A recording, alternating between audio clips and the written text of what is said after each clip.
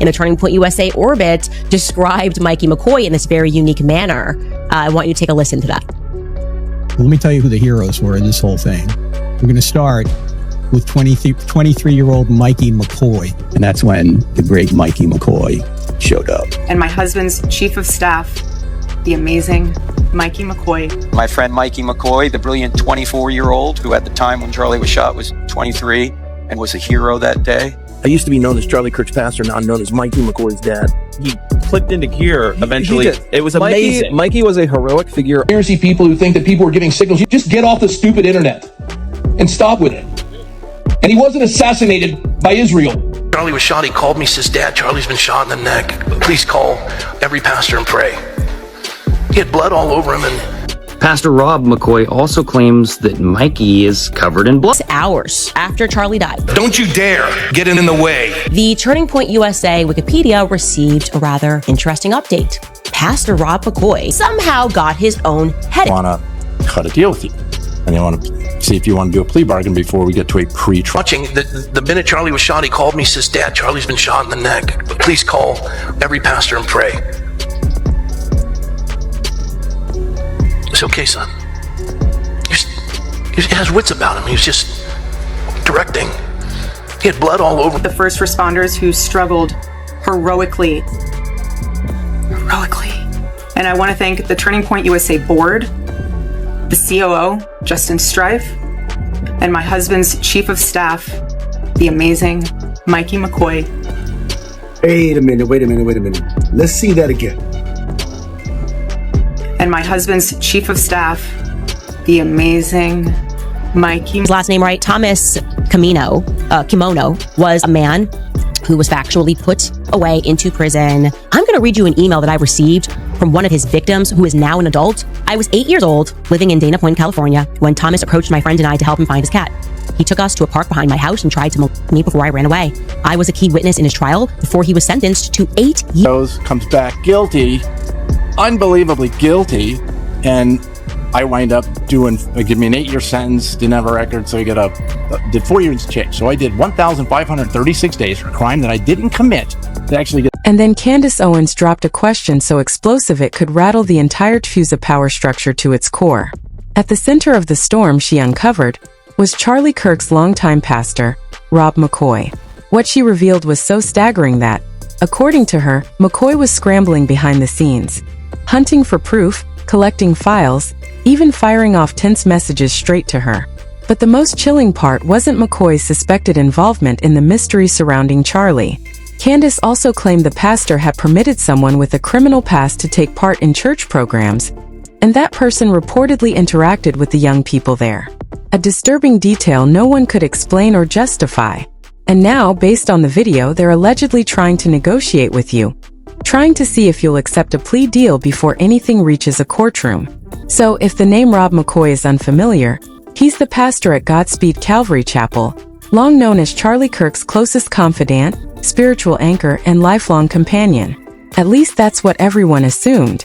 But the real question is whether that bond was genuine, or whether hidden layers of information had been tucked away from public view. Because the moment news of Charlie's death spread, everything around Rob McCoy and his son Mikey McCoy, TFUSA's former chief of staff, began unraveling, just moments before Charlie lost his balance. The online community, who had been tracking the case from day one, immediately spotted something unnerving about Mikey's actions just seconds before Charlie collapsed. In the viral clip, Mikey doesn't rush in, doesn't flinch, doesn't even seem shaken.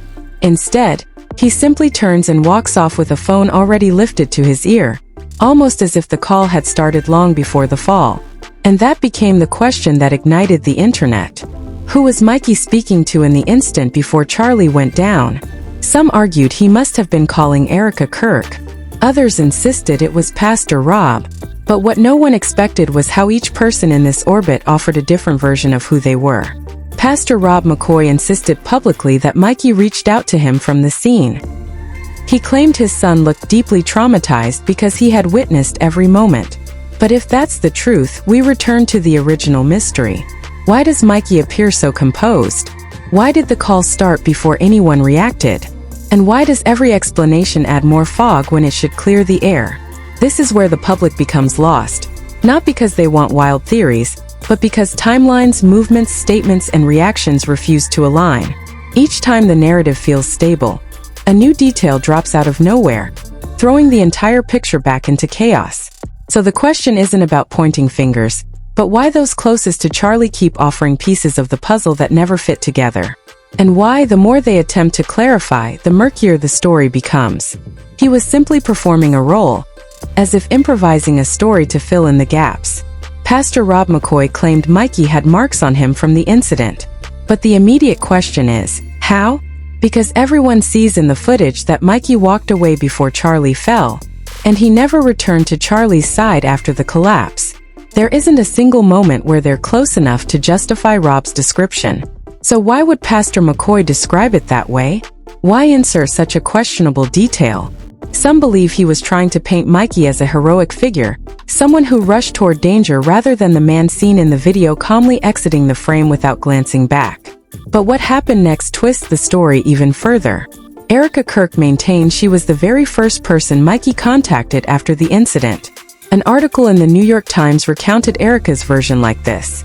Miss Kirk had been sitting inside her mother's hospital room at 11:23 a.m. in Phoenix when her phone lit up with a call from her husband's longtime aide, Mikey McCoy.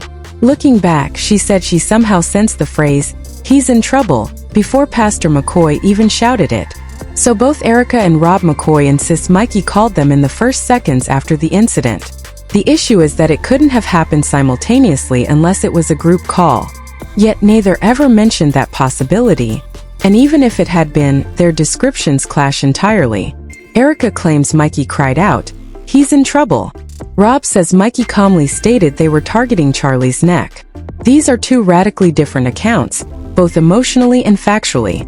And then there's the footage. The recording is unmistakable. Mikey holds the phone to his ear without dialing, tapping the screen, opening the call log, nothing at all. He simply lifts it, almost as if the call was already underway before Charlie fell. So what exactly is happening here? The point isn't assigning guilt. It's understanding the truth. Because what we have now is a video that contradicts the story. Two entirely incompatible descriptions of when and how the call happened. A repeated detail that the footage never confirms. And a central figure, Mikey, who appears strangely composed in a moment of pure chaos. The unsettling part isn't that people have questions. The unsettling part is that every new explanation makes the whole thing harder to follow. The timing, the behavior, the statements, and the video. They form a set of pieces that simply don't align. And as those closest to Charlie try to describe their truth in conflicting ways, the public is left desperate to know what actually unfolded in the first seconds after the collapse. Mikey McCoy is amazing. What started as a quote has morphed into a viral meme, but not in the flattering way anyone expected. Because more and more online viewers say Mikey's behavior the moment Charlie went down looked unnatural. Many now argue he seemed more like someone bracing for what was about to happen than someone witnessing it in real time. And things only grow more bizarre when Erica Kirk, in her first appearance since her husband's death, offers unusually generous praise for Mikey McCoy. As Candace Owens highlighted, why is Mikey being celebrated as a hero when the footage shows the opposite reaction? It was obvious to viewers everywhere. Mikey didn't panic. Mikey didn't rush forward. Mikey quietly walked off while on the phone. So why, in Erica's very first speech, with hundreds of names she could have mentioned, did she choose to spotlight Mikey, repeating the word amazing with emphasis? Some believed it was sincere gratitude, but others sensed something off. Because across numerous speeches and interviews from the Turning Point USA circle, Mikey, just 23 years old, kept being labeled hero, incredible, amazing, as though someone was deliberately shaping his reputation right when the public began scrutinizing his behavior. One interview drew particular attention when an insider declared with emotion, "Let me tell you who the heroes are in this whole story. We start with Mikey McCoy, 23 years old." And then the speaker continued, and that's when the phrase, "the great Mikey McCoy," surfaced again. What the public couldn't understand was why his name was being repeated so forcefully, when the clearest evidence, the video itself, shows Mikey doing nothing heroic. All of this opens an entirely new layer of questions. Who is constructing the narrative around Mikey? Who benefits from portraying him that way? And why is it important to elevate Mikey's role at the precise moment people, are questioning his actions on that critical day. More and more, the audience senses a quiet campaign to reshape Mikey's image. But then the story spirals in a completely different direction. Candace Owens has now revealed a deeply disturbing claim, not about Mikey this time, but about his father, Pastor Rob McCoy. And the revelation is enough to make all the earlier praise feel baffling. According to Candace, Pastor McCoy once allowed a member of his church, who had a criminal record, to participate in youth programs. This has the community asking, how could a leader not investigate?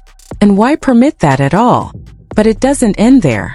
Candace says she received an email from a now adult individual who claimed to be the victim. What stunned the public wasn't just the allegation. It was the fact that Pastor McCoy not only permitted the man to interact with youth at his church, but later invited him onto his podcast, giving him an open platform to declare he was wrongly accused. For some people, this entire situation is a reminder that wrongful convictions absolutely can happen. But for others, allowing someone tied to a serious offense near teenagers feels deeply troubling, if not utterly unacceptable. And then everything grows even murkier when Candace insists the truth is far darker. She hints that this is merely the surface, and what sits beneath could rewrite everything we think we know about Rob McCoy, how he operates, why he moves the way he does, and why he seems determined to polish his son's image. The looming questions are why a pastor would gamble like this. Why he keeps insisting Mikey is a hero despite a viral video suggesting the opposite. And why these revelations are emerging at the exact moment people are starting to dissect Mikey's behavior during Charlie's collapse. What once looked like a simple narrative gratitude, praise, has twisted into a maze of hidden motives, missing truths, and pieces the public never knew existed.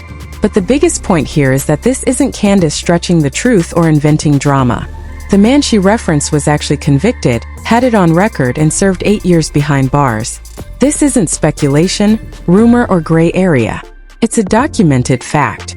And the moment it hit the public, former members of Pastor Rob McCoy's church began speaking out. Several said the truth had been quietly known in the congregation for years, and that numerous families had left because of it. One person on X even wrote, "I left right after my baptism there because of this." When people questioned why Thomas Camino was permitted to lead small groups and work with teens, the explanation they received was that it was an oversight, that leadership believed he had reformed.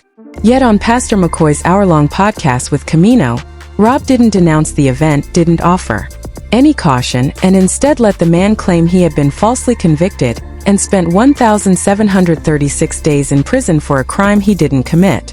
This left the community wondering why a pastor would allow that narrative, why he didn't investigate further, and why he failed to address the risk of platforming someone with a serious history in such a public, unfiltered way. The Charlie Kirk saga becomes even stranger when you examine the sermon Pastor Rob McCoy delivered shortly before the incident. In it, he asserted that Charlie had changed his outlook after a meeting in Hampton, as if some major ideological shift had occurred without Charlie ever addressing it himself. Rob said, "We were at the pastor's summit. It was extraordinary. Charlie has completely shifted the conversation about Israel within the Christian community, and now he's turning his focus toward Islam. He opposes Islam, which is extraordinary, but the threats against him have sharply escalated because it is a religion of peace." Everyone paused, trying to process it. The story was not only confusing, but contradictory. Rob claimed Charlie wanted to reduce tension about Israel, then immediately said he was pivoting to a different hot-button topic and receiving even more threats. There was no confirmation from Erica, no confirmation from Tfusa, no public remarks from Charlie that supported what Rob was implying. So why did Rob present that story as if it were fact? Based on what conversation? Backed by what evidence? Candace Owens had to ask, what are you even talking about? And why would you say that? The issue is that Rob's story doesn't match the timeline, the behavior, or any of the known public statements Charlie made. And what the public keeps noticing is that every time Rob speaks about Charlie, the narrative becomes cloudier instead of clearer. When placed beside the fact that he once allowed individuals with deeply complicated histories to interact with young people, the community can't help but wonder whether Pastor McCoy is accidentally revealing too much, attempting to steer the narrative, or concealing pieces the public hasn't been told. The more people assemble the fragments, the more distorted the entire picture becomes. This is no longer something that can be brushed off as random. It feels like a chain of contradictions, inconsistencies, and unresolved mysteries. And the looming question now is why every detail tied to Rob McCoy, from his congregation, his podcast appearances to the claims about Charlie, keeps coming loaded with so many odd points. Why did Rob McCoy insist Charlie began receiving threats after he allegedly shifted his position? That comment alone made countless people freeze because it opens the door to something enormous. Was someone trying to shape the direction of the story from the very beginning? Some even wondered whether there was an early attempt to push suspicion toward the Muslim community before Tyler Robinson's name ever surfaced publicly. It's a heavy theory, but Rob's phrasing unintentionally cracked that possibility wide open. And then it escalated further. Podcaster Baron Coleman released an analysis of McCoy's sermon. And in the middle of that live stream, broadcasting to thousands, Rob McCoy suddenly locked the sermon, made it private, and wiped it from his YouTube channel in real time. The internet erupted instantly, because if the sermon was harmless faith commentary, why remove it so urgently? Why make it disappear the very moment someone began breaking it down? And why act with such speed, almost like erasing fingerprints? One commentator wrote, "I've spent years studying the Calvary Chapel world and McCoy's role in it, and none of this adds up. None of it." Someone else typed into the live stream chat, "Did they pull the video already?" And the response came back, "Yes." No clarification, no follow-up, only silence and a shockingly fast takedown. That's when a flood of questions rushed in. If nothing was being hidden, why delete the video? Why yank it the moment someone began analyzing it? Why erase it like evidence before anyone could pause and examine it? When asked about this, Candace Owens delivered a controversial, but haunting remark. Pastor McCoy seems to have a lot of secrets he's guarding. According to Candace, there's a detail most people overlooked. Many members of TFUS's Faith Advisory Circle, a network of pastors and spiritual mentors tied to the organization, are former military. This is publicly known, but almost no one has ever asked why a media political movement is surrounded by so many religious leaders with defense backgrounds.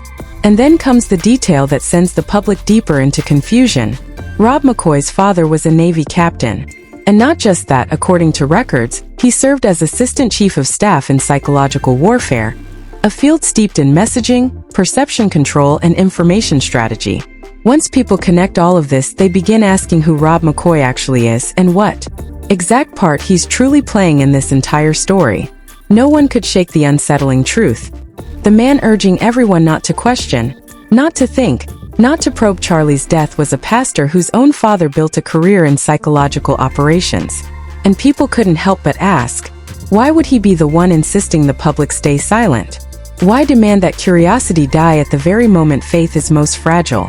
Why deliver details that clashed with everyone else's accounts? Soon the community realized McCoy wasn't recounting events.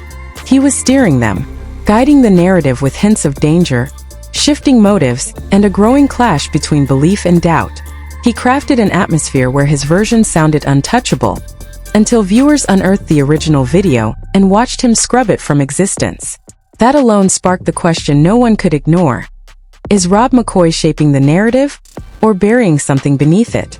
Because whichever angle you choose, his behavior, his words, his reversals, his disappearing content, carries the unmistakable weight of someone uncomfortable with exposure.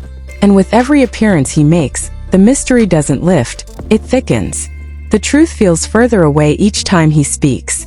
If you're still here, thank you for following the threads others pretend not to see. But this story is riddled with holes, too many inconsistencies, too many shadows no one will shine a light on. And you, the audience, are the only reason these questions won't be silenced. Tell me what you think. What do you believe lies beneath all of this? Who seems to be steering the narrative? And what do you suspect is being kept out of sight? Every comment you leave doesn't just push this video further. It helps uncover parts of the puzzle that someone, somewhere, desperately hoped you'd overlook. So drop your thoughts below. Whether you agree, disagree, or have brand new theories, it all matters. Tap like if you want more deep dive investigations like this.